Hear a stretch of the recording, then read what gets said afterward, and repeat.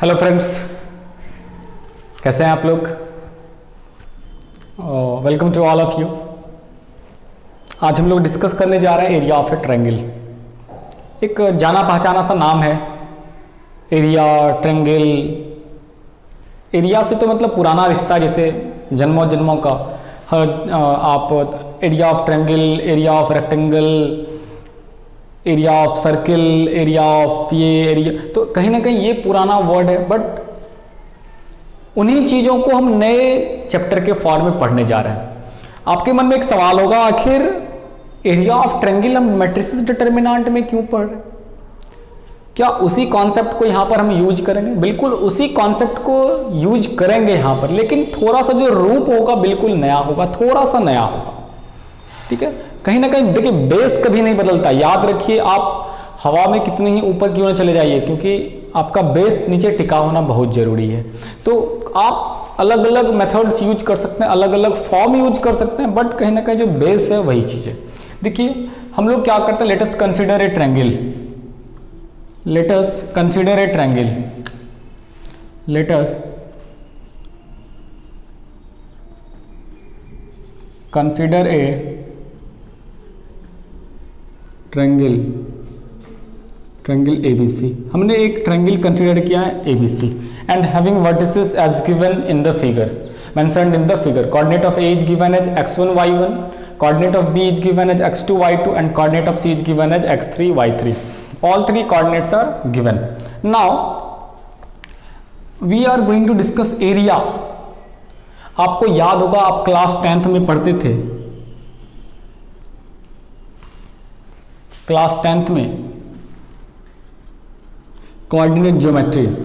Coordinate geometry में वहां पर आपका था डिस्टेंस फार्मूला, आपको जरूर याद आ रहा होगा। डिस्टेंस फार्मूला मतलब दूरी सूत्र, दूसरा था सेक्शन फार्मूला विभाजन सूत्र, और तीसरा था एरिया ऑफ ट्रायंगल।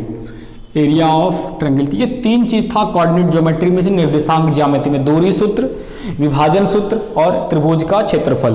तो कहीं ना कहीं वो जो आपको क्षेत्रफल याद है, वही क्षेत्रफल यहाँ भी हम डिस्कस करने जा रहे हैं। चलिए let's start to discuss on the formula. सबसे पहले आपने जो 10th में पढ़ा है हम उसको एक बार लिख लेते हैं। आपने जो 10th में डिस्कस किया है हम उसको लिख लेते हैं। Area of triangle, area of triangle, त्रिभुज का क्षेत्रफल बराबर क्या होता है? ध्यान देंगे, very important, mod of 1/2 x1 y2 minus y3 plus x2 y3 minus y1 plus x3 y1 minus y2। ये जो आपका फॉर्मूला है, it is the formula to determine the area of a triangle whose all three vertices are given as follows. Okay, it is the area of triangle. यहाँ पर एक चीज आपके मन में यदि कंफ्यूजन हो रहा है तो हम उसको जरूर अभी क्लियर कर देना चाहेंगे, दैट इज मॉड। ये आपका मॉड लगाना जरूरी है। आप इसको ऐसे भी लिख सकते हैं, इस तरह से एक लाइन खींच दीजिए जिसको मॉडुलस बोलते हैं, और 1/2 आप इस तरह से फॉर्मूला इसको पूरा कर सकते हैं। x1 y2 minus y3 plus x2 y3 minus y1 plus x3 y1 minus y2। इस तरीके से ये आपका क्या हो जाएगा, एरिया ऑफ ए ट्रायंगल हो जाएगा। आपके मन में एक सवाल चल रहा होगा, ये मॉडुलस की जरूरत हमें क्यों है? ये मॉडुलस की हमें जरूरत क्यों है? ये जो हमने मॉड यूज बीच में कर रखा है, इसका क्या यूज है? बिल्कुल बहुत ही ज़्यादा यूज है मॉडुलस का, क्योंकि एरिया इज ऑलवेज पॉजिटिव। आप कभी ये नहीं बोलते -3 बीघा जमीन, आप ऐसा कभी यूज नहीं करते। -2 एकड़ लैंड, नो।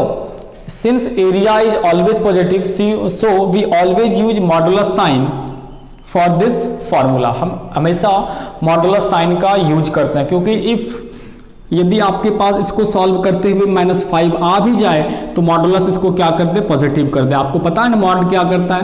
मॉड एक ऐसा चीज है जो माइनस को भी प्लस बना देता है। मॉड एक ऐसा चीज है जो माइनस को भी प्लस बना देता है। तो इस तरह से हम, ये परफेक्ट हुआ area of triangle equal to mod of 1/2 x1 y2। अब देखिए मन में कंफ्यूजन वाली यदि बात आती है तो आप क्या कर सकते हैं?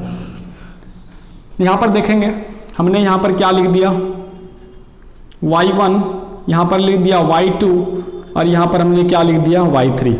ध्यान देंगे जब हमने x1 लिया हुआ है, मतलब सपोज कर लीजिए y1, इसको 1 लिया हुआ है तो हम यूज किसको कर रहे हैं, 2 और 3 को। देख लीजिएगा यहाँ से हमने यदि 1 लिया x1 तो आपने यूज क्या किया 2 और 3 को। आप इस एरो को देखेंगे गौर से और इसी फॉर्मेट में चलना चाहिए, ये एरो 2 और 3 को यूज किया। उसका जब आपने 2 को यूज किया x2, यहाँ से 2 यूज किया तो 3 - 1, देख लीजिए एरो कहाँ से जा रहा है 3 - 1। और जब आपने 3 को यूज किया, तो ये क्या 1 और 2, तो y1 - y2। ध्यान रखेंगे 1 2 3 2 3 1 3 1 2, इस तरह से x1 लिए तो y2 - y3, x2 लिए तो y3 - y1 और x3 लिया तो आपने y1 - y2। It is the area of triangle. But now the question is ये मैट्रिसेस और डिटर्मिनेंट से कैसे रिलेट है, तो बिल्कुल रिलेटेड है। आपने जो इस फॉर्मूला को कोऑर्डिनेट के फॉर्मेट में लिखा है, this formula can also be written in determinant form.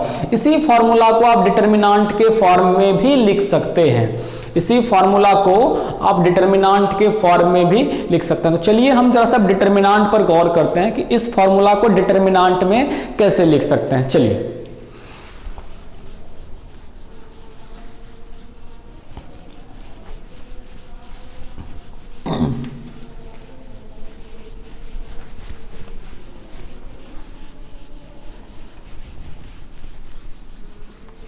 Okay, तो area of triangle equal to हो जाएगा आपका, area of triangle equal to area of triangle equal to हो जाएगा मॉडुलस ऑफ 1/2। ध्यान देंगे 3 कोऑर्डिनेट है, आप लिखेंगे x1 y1, दूसरा कोऑर्डिनेट है x2 y2, तीसरा कोऑर्डिनेट है x3 y3 और बगल में आप 1 और 1 को यूज कर देंगे। So it is the area of triangle, mod of 1/2 x1 y1 x2 y2 x3 y3 और बगल में 1 1 लगा लेंगे। And whenever we break this determinant we get the same formula as we discussed before. जो हमने अभी डिस्कस किया है हम वही फॉर्मूला फिर से वापस चले आएंगे। चलिए थोड़ा सा इसको देखते हैं कि क्या हम लोग वापस वहां जाते हैं। बिल्कुल चलेंगे। देखिए अब थोड़ा सा इसको डिस्कस करते हैं। मॉड ऑफ 1/2, यहां से देखिए x1 ले रहे हैं, एक्सपेंडिंग अलोंग हम c1 करते हैं। तो हमने क्या किया, x1 यदि लिया तो फिर आपका y2 - y3 y2 - y3 -x2, क्योंकि इसका साइन माइनस होता है, -x2 लिए तो ये आपका डिलीट हो गया, बचा क्या आपका y1 - y3 आगे बढ़िए प्लस x3 लेते हैं हम लोग, प्लस x3 ले रहे हैं तो ये आपका ये दोनों खत्म हो गया, बचा y1 - y2। सो फाइनली आपके पास ये फॉर्मूला, बस थोड़ा सा डिफरेंस यहाँ पर क्या होने वाला है। देखिए हम यहाँ पर इसको ऐसे लिख सकते हैं, mod of 1/2 x1 y2 - y3। अब यहाँ से आपका माइनस कॉमन लेना है। ध्यान देंगे आपने यहाँ से माइनस को कॉमन लेना है, इसको कॉमन लेना है। तो कॉमन जब लेंगे तो माइनस और माइनस क्या हो जाएगा, प्लस हो जाएगा। तो ये x2 हो गया और जब माइनस कॉमन लेंगे तो अंदर वाला टर्म पलट जाता है। तो ये क्या हो जाएगा आपका y3 - y1 प्लस x3 और ये हो जाएगा आपका y1 - y2। आप अब इजीली देख सकते हैं कि जो अभी फॉर्मूला आपने कुछ देर पहले पढ़ा था ये वही चीज़ है। सो हमारा रिलेशन क्या है कि बस लिखने का स्टाइल बदल गया है। हम पहले इस फॉर्मेट में लिखा करते थे, अब हम उसी फॉर्मूला को डिटर्मिनेंट के फॉर्म में लिखते हैं। 1/2 डिटर्मिनेंट का sign x1 y1 x2 y2 और x3 y3 और इस तरफ 1 1 1 लगाते हैं। सो ये आपका क्या हो गया, एरिया ऑफ ट्रायंगल हो गया। यहाँ पर हम एक दो बातों को डिस्कस करना चाहेंगे। First one is that we use modulus sign. हम लोग मॉडुलस साइन का यूज करते हैं, क्यों? क्योंकि area is always positive. Area क्या होता है, हमेशा पॉजिटिव होता है। नंबर 1, यहाँ पर नोट में देखिए हम कुछ कुछ बातों को डिस्कस करेंगे, बिल्कुल आप लोग लिख लेंगे।